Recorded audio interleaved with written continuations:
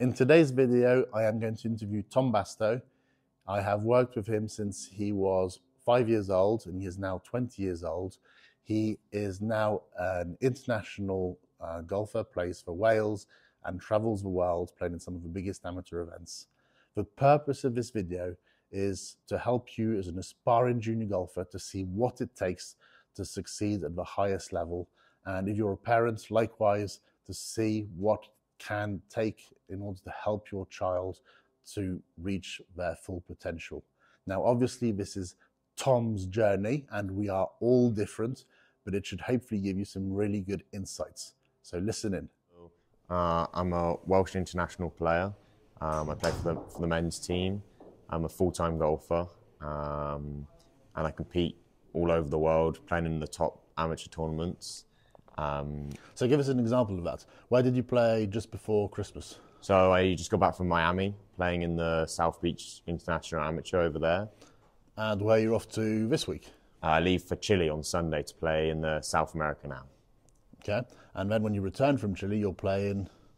I'll play either the Portuguese and Spanish or just the Spanish amateur, one of the two. Yeah, and then you've got a busy season ahead after that. Ahead after that, absolutely. Yeah. Okay. Handicap-wise, what are you right now? I play +5 at the moment.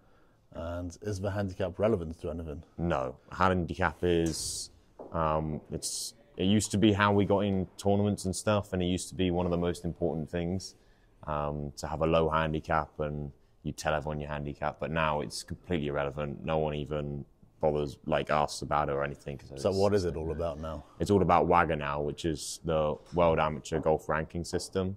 So to get into events, obviously the lower down the better, and that's how we now enter events, and that's how they ballot it really. Okay. So you're playing all over the world in these top international events. You've got a world ranking on the system. You are competing for the Wales men's golf team. Yeah.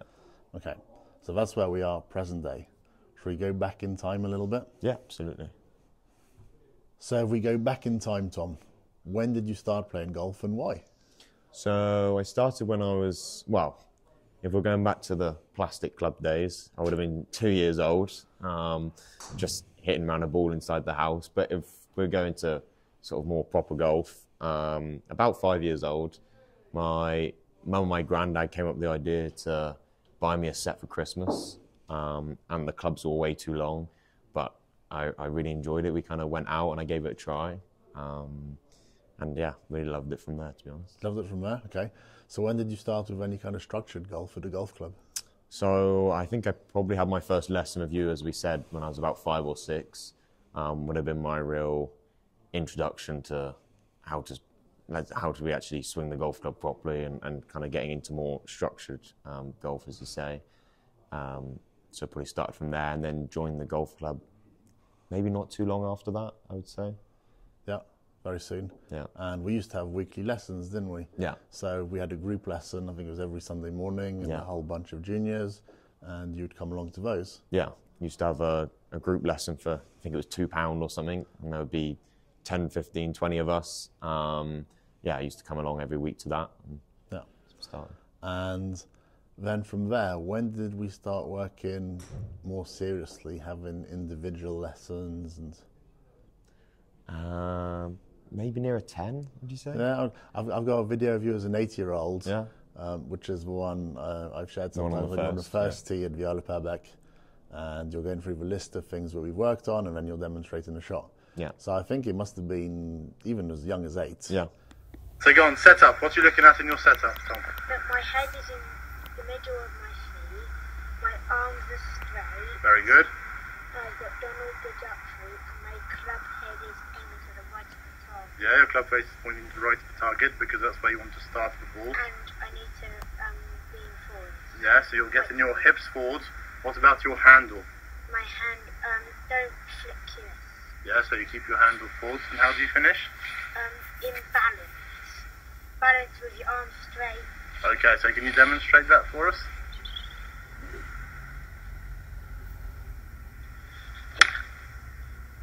Awesome strike. Nice draw. Better still, what do we call that? Press draw. First draw. Awesome, Tom. Okay.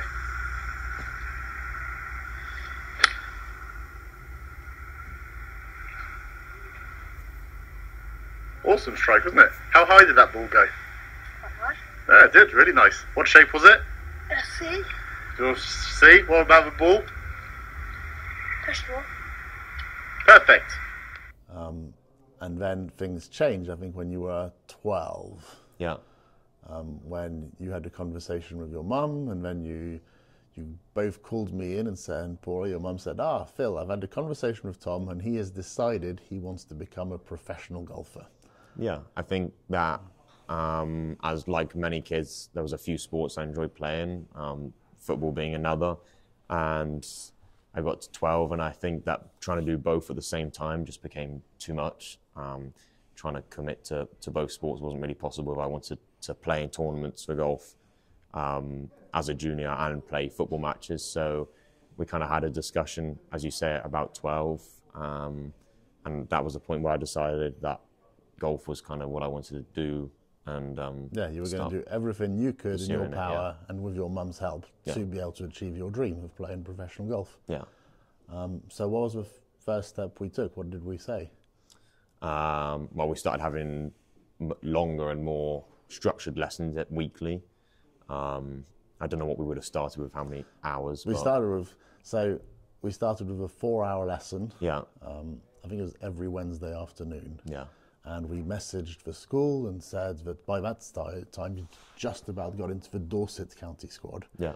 And we'd said, right, Tom is at this level, and can you please have an afternoon off school? Yeah. Which you did. Yeah, which they were kind enough to give us. Yeah, absolutely.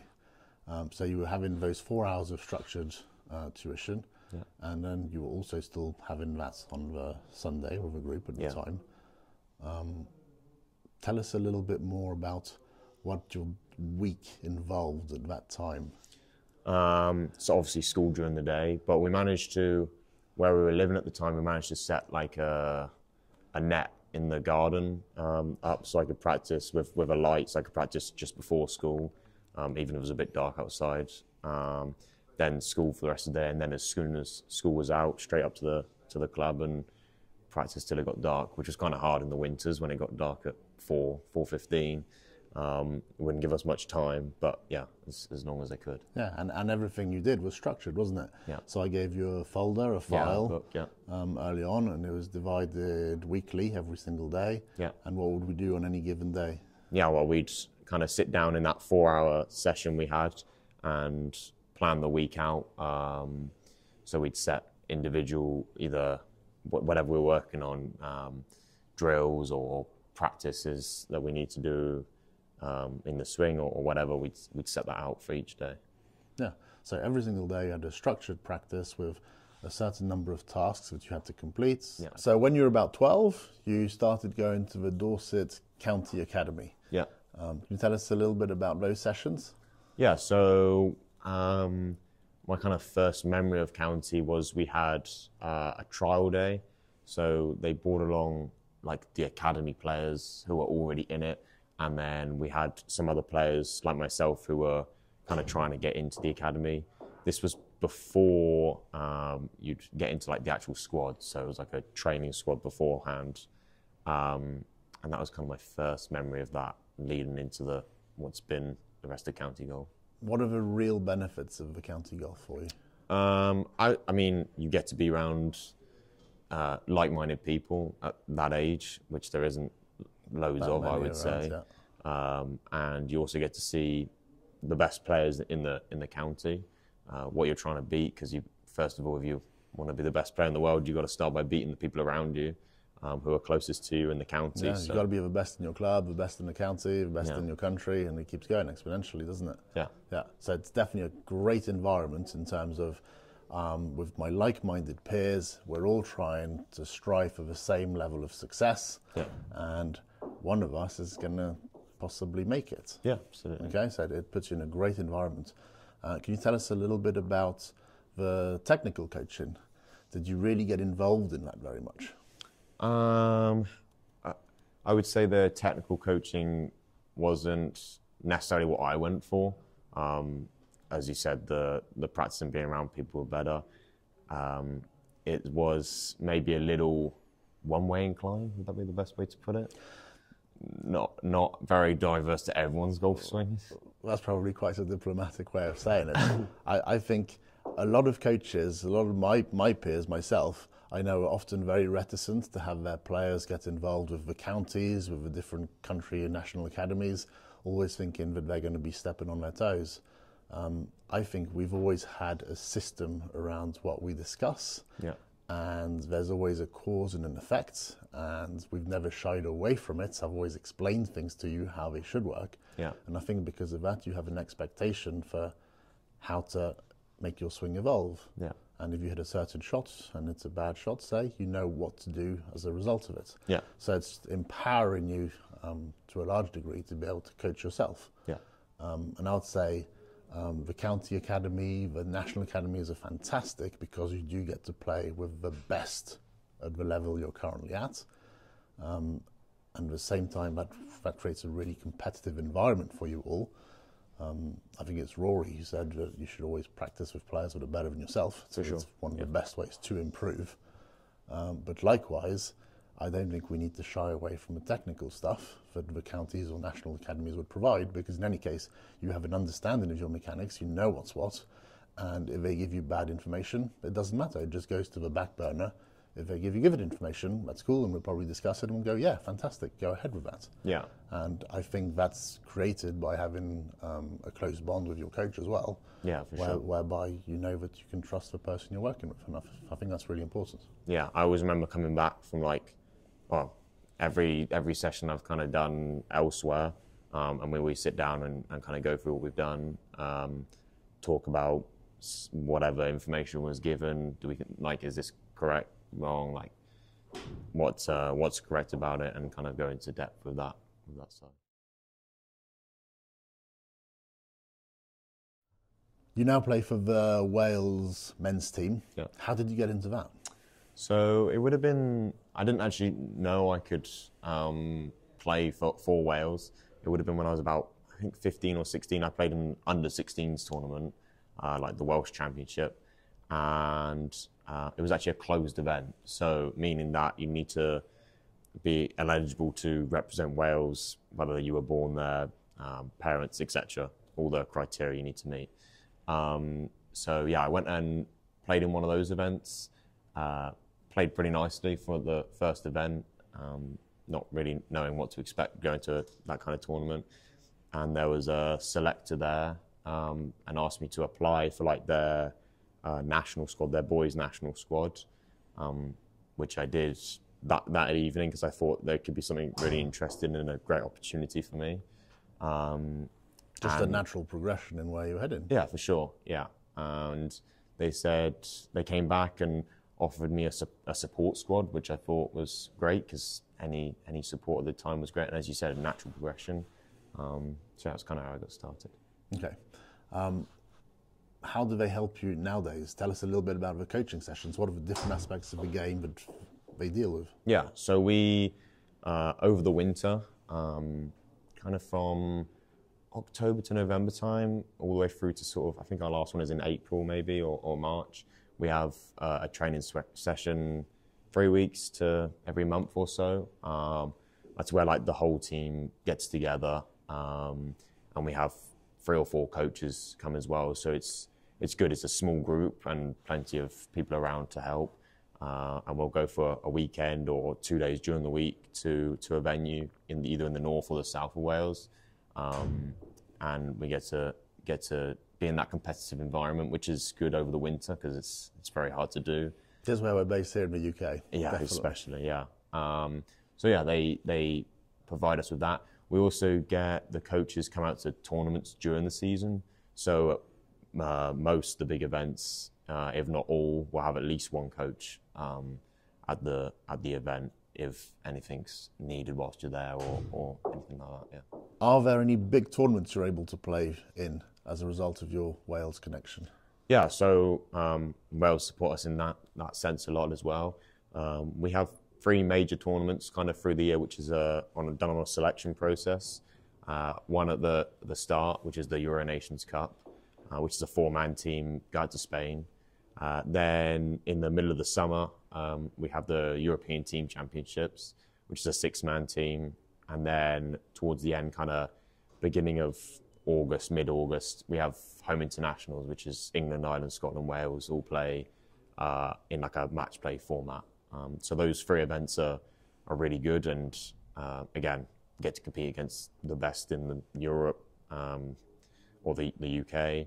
And then we also get exemptions into a few events. If you're not already exempt into the event or into the event, like the Brabazon Trophy, which is done on like a qualifying basis. So this past year I got an exemption into that, which meant I didn't have to go and qualify. And also a few other events, which if you're not quite eligible for, they can get you into, which is really good. Yeah, and some of those events, like the home internationals, really helps with WAGR ranking as well. Yeah, for sure, because of how the whole system's done. Playing an event like that, they just count it as a participation on WAGR, so there's no extra divisor. Yeah, no divisor to it. So effectively, it's 3 points. They're just adding points on, whilst you get to play in a good tournament. So it's a big help. That's very big.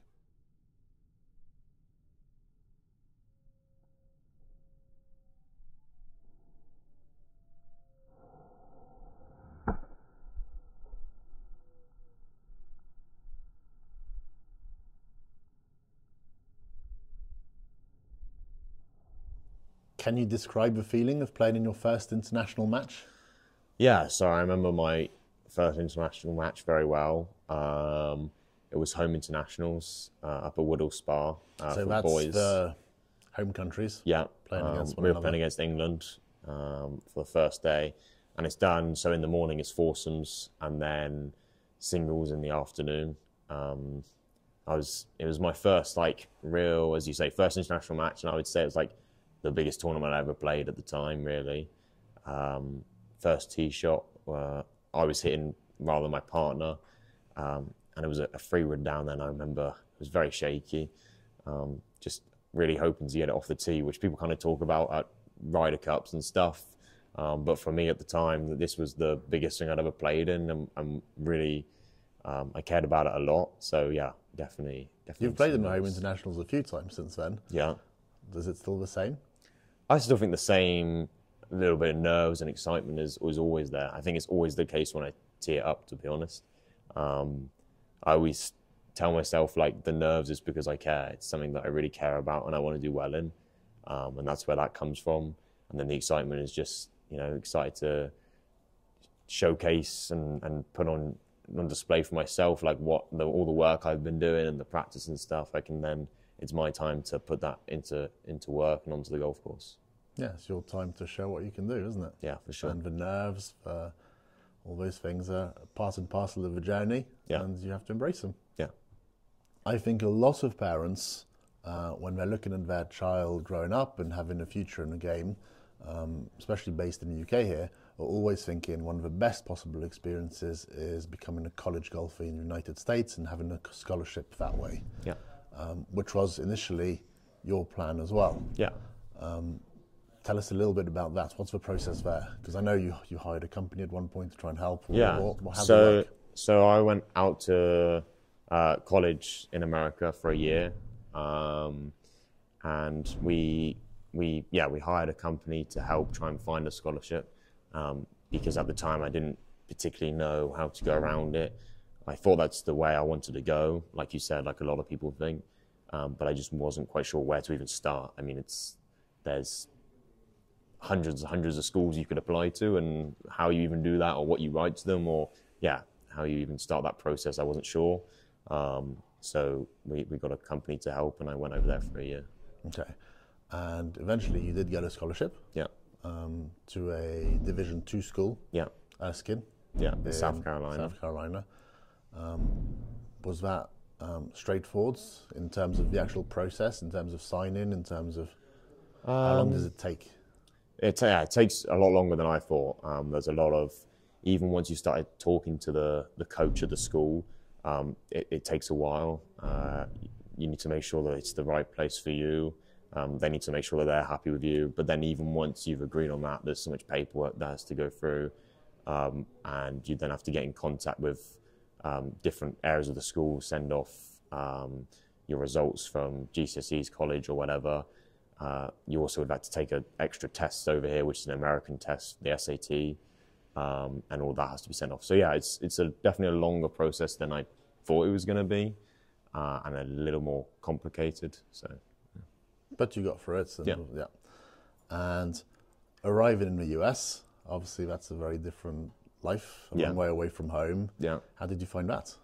Yeah, it was very different. Flew over there on my own for the first time, and kind of moving your life to somewhere for what you're going to spend 3 or 4 months of the year there at one time, and then come back, and then again 3 or 4 months at a time again.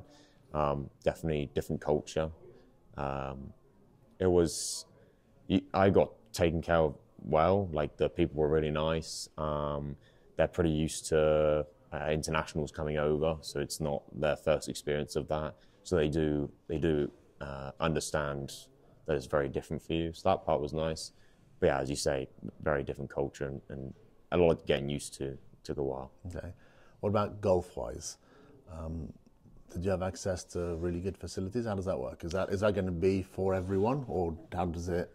Yeah. So being at a smaller D2 college, we probably had some of the better facilities compared to schools we played against. Really, we had a simulator and a very small putting green on campus that you could walk to. That was like a 5-10 minute walk from where the dorm was, where we were staying.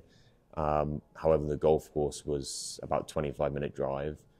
Obviously, there was a lot of internationals on our team, so if you don't have a car, you're relying on someone else to take you to the golf course. So it definitely becomes a little more, the freedom to practice isn't quite there as much. Yeah, so there's a lot of different things to take into account when you're considering a college as well. Yeah, for sure. Things that you might not necessarily think of, Yeah. like that. Do you have a car? Where are the facilities? Yeah. In the end, you only did 1 year of college in the US. Yeah. What's happened there? Yeah, so I played really nicely in the year I was there. Kind of, I guess, exceeded some expectations, they said from there. But yeah, played nicely and kind of developed on past what I could do there, really, as such, in terms of the WAGR system. The tournaments that we play in over there, although they're still very good level, every tournament we played, you would have had to finish 5 to 15 under to win. It's not like like the very good terrible golf, yeah. But a lot of these guys who are winning over there have been there for a while at their colleges and don't have any ranking or anything, because they wouldn't have earned the specified points you need to get on the system, even though they're great golfers. Yeah, so you found in Division 2, you were playing some actually very sound, solid golf. Yeah. Finished a few tournaments under par. Yeah. And your ranking was actually getting worse, not better, because in theory, according to the system, the fields were just not strong enough. Yeah, for sure, yeah. Just so you kind of you outgrew Division 2 very early on. That's what happened, isn't it? Yeah. Okay. I think one of the questions people really want to know, even the aspiring juniors themselves, is how much practice time, how much play time, how much golf does it actually take to become one of the best? Yeah, so a lot is the easy answer to that. Now, being a full-time golfer, this is effectively my job. This is what I do day in, day out. And I think the best way is to treat it like a job. This means going to the golf course for 7-8 hours of the day, sometimes even longer, and practicing over 40 hours in the week. Yeah, so a lot. So every day you get at the golf club, what time roughly would you get there? Yeah, try and get there about 8, really. 8 o'clock? Yeah. And what do you do? And then, again, we still do the same thing as when I was 12. We still have set things in the book to do, or you've sent me them online or whatever. Tasks, yeah, still the tasks to do. And I plan out the day of when I'm going to do what and whatever, and what that day will look like ahead.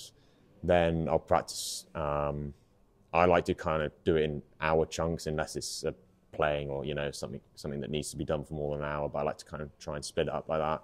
So 8 to 9, 9 to 10, 10 to 11, then kind of go 11 to 12 or 11 to 11:30ish, kind of around there. Which is when you allow yourself a lunch break. Which I think, for me personally, it's a long time to be at the golf course. So it's a lot of golf as well. So I try and give myself that set hour off from 11:30, 12 to whatever, an hour later. I think that's important as well. Just have that little break in there. Yeah. And then back to it again after. Yeah, and it seems to be most of the time it's structured practice in the morning, followed by some golf course activities normally. Yeah. And then you normally come back to the range and do a little bit of filming of your swing, yeah, and look at the technical aspects that you want to improve based on how you perform on the golf course. Yeah, for sure. That feels like your average sort of day we have. Yeah. And you've been doing this since you were 12. Yeah. And obviously now you're doing it much more, but even at a younger age, I think just about every minute you had where you weren't at school, you were at the golf club. Yeah, definitely. And your commitment in that sense has been really unparalleled. I think one interesting thing for golfers also is, how do we keep in touch when you're abroad or when you're playing at your tournaments? Yeah. What do we do? So we use Skillest, which is a great way for us to keep in contact. If I'm away competing, then after every round I call you for like a debrief of the round, to evaluate the round and learn from it.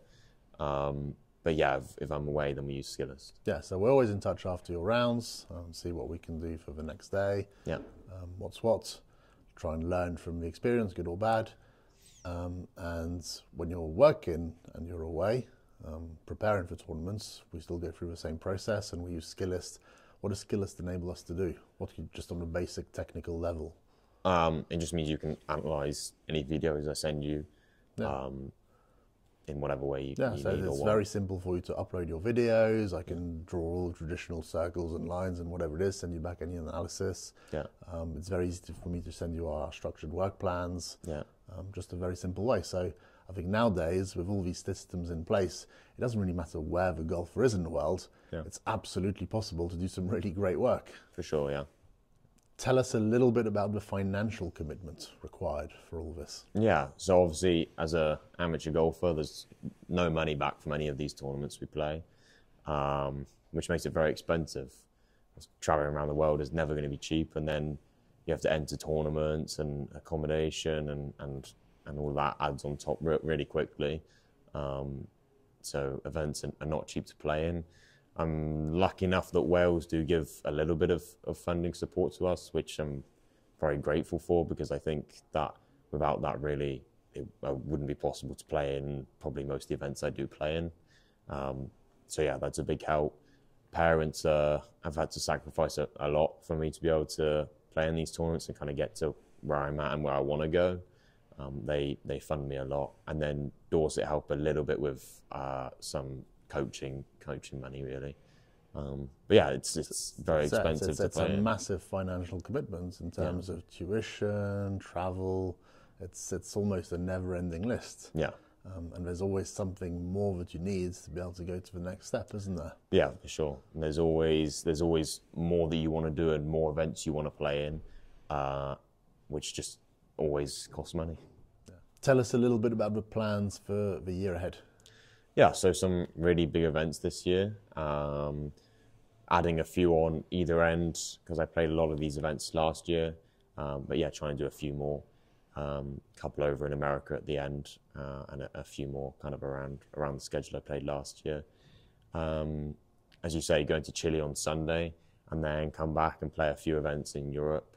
We then kind of have a little bit of a break, but after that, the UK season starts to kick in and starts to go in full effect. So play kind of 3, 4, 5 events here, like the British Am, Brabazon, events like that.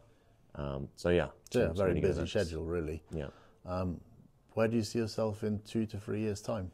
Yeah, so trying to use all these events over the next couple of years to get my WAGR lower. I'm sitting around kind of just under the 600 mark at the moment. So trying to use these events, have some good performances and get that down. Looking to try and play in Walker Cup is a big goal of mine over the next couple of years. Back-to-back World Cups coming up this year and next year. So yeah, trying to look to play in one of those. And then looking on further than that, turning pro, as you say, 2 to 3 years' time. Looking to try and play in maybe a DP World Tour, Q School before that, whilst I'm still amateur. Have some really good experience in that and learn and take that into turning pro in kind of 3 years' time-ish. What advice would you have for a young golfer who aspires to compete at the highest level? Good question. I would say find a good coach, someone you can trust and work well with. You can have conversations and really go into detail. Then work really hard, practice hard. It doesn't take talent or skill to outwork everyone else. That's just something you can do. And then a lot of commitment. A lot of commitment, Yeah. a lot of hard work. I'd always say it's the hard work, but it inevitably ends up feeling that way, perhaps. But in reality, is it really work? I mean, And I think to a certain degree, you've got to absolutely love what you're doing, because sure. if you don't love it, it's not going to happen. You're not going to want to put in those hours, so you have to love it. yeah. But yeah, hard work, commitment, finding a golf coach that you're really comfortable with, having a support structure around you, isn't it? Yeah, because as I said, it's like a job, but really it's a lot more. Like you do a lot of travel, you're doing a lot of hours at the golf course, and if, as you say, if you're not enjoying it, then it's just not going to work out. What do you think parents should know about helping a young athlete in golf? So I think the number one most important thing would be that the parent needs just as much commitment as the player. The kid, it's just as important.